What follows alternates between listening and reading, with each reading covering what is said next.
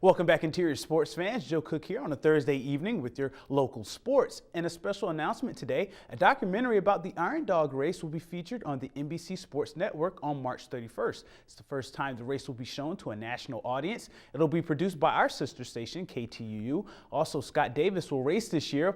He'll try to be the first to win 8 Iron Dog titles. We'll have more on this as the race approaches.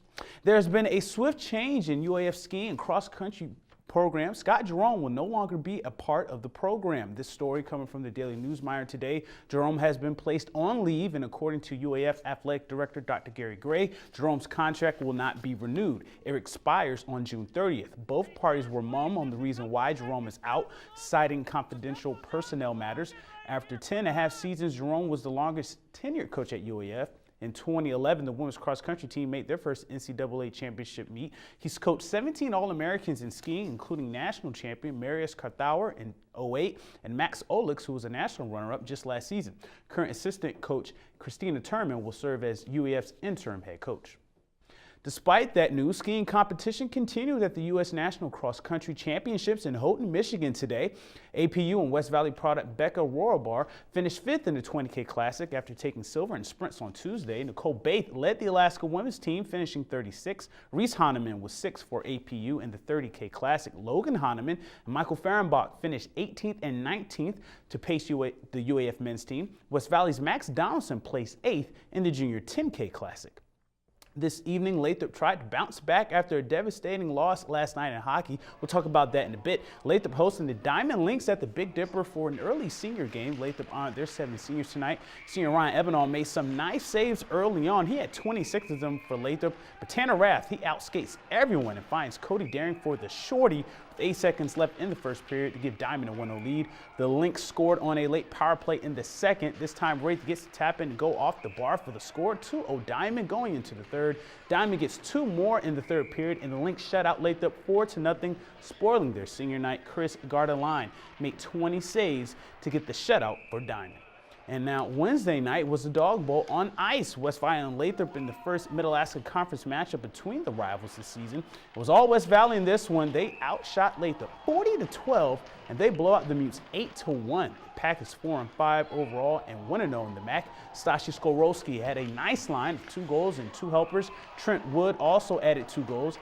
Yanni Saramanolis was just spreading the love with 4 assists in the big win for West Valley.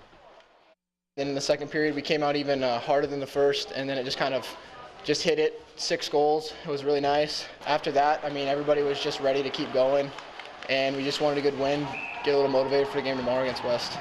Beating Lathrop's always a good feeling. It's always a little motivating knowing that we come out on top between the 2 of us.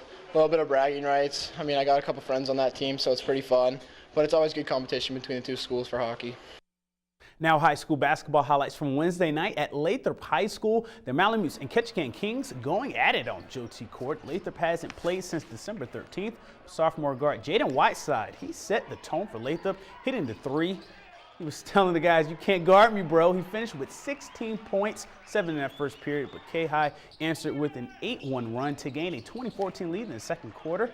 But I got the burner. Cole Burner hit 3 big tray balls to get Lathrop back in it, and it was tied 27-27 at the half. Nice step back jumper there from Burner. It was just 39-37 game in favor of Lathrop going to the fourth. K-High had 5 players with at least 7 points, led by Net Days 9, but the Malamutes run away from the Kings using a 16-5 run to start the fourth quarter, and Lathrop wins 65-53. Burner led Lathrop with 17 points. Curtis White Jr. added 11 in the win. We didn't play any games all over Christmas break, so getting kind of sick of practicing. But yeah, we came out kind of nervous, I think, and then we got it going eventually. Yeah. I think it was a talk at halftime. Milo told us, he said, "Be patient, do what you do, win this game." That's it. I think we were just able to push the ball and get into our offense quicker. We just took control with our guards and stuff and made plays. And in the girls' game, Lathrop and Ketchikan would turn out to be the game of the night, actually. Ketchikan was up 27-25 at halftime, led by Charlie Edwardson's game-high 23 points. Lathrop would make their move in the second half as the Malamutes put together some balanced scoring. 4 players got in double figures, led by guards Mackenzie Warner and Carly Fitzgerald's 13-point outings. Tyra Doe and Jana Hadukovic both added 12 points apiece. apiece. K-High would make the Mutes earn this one, but Lathrop would win in overtime, 62-58 over Ketchikan to get the Wednesday night sweep at Joe T. Court.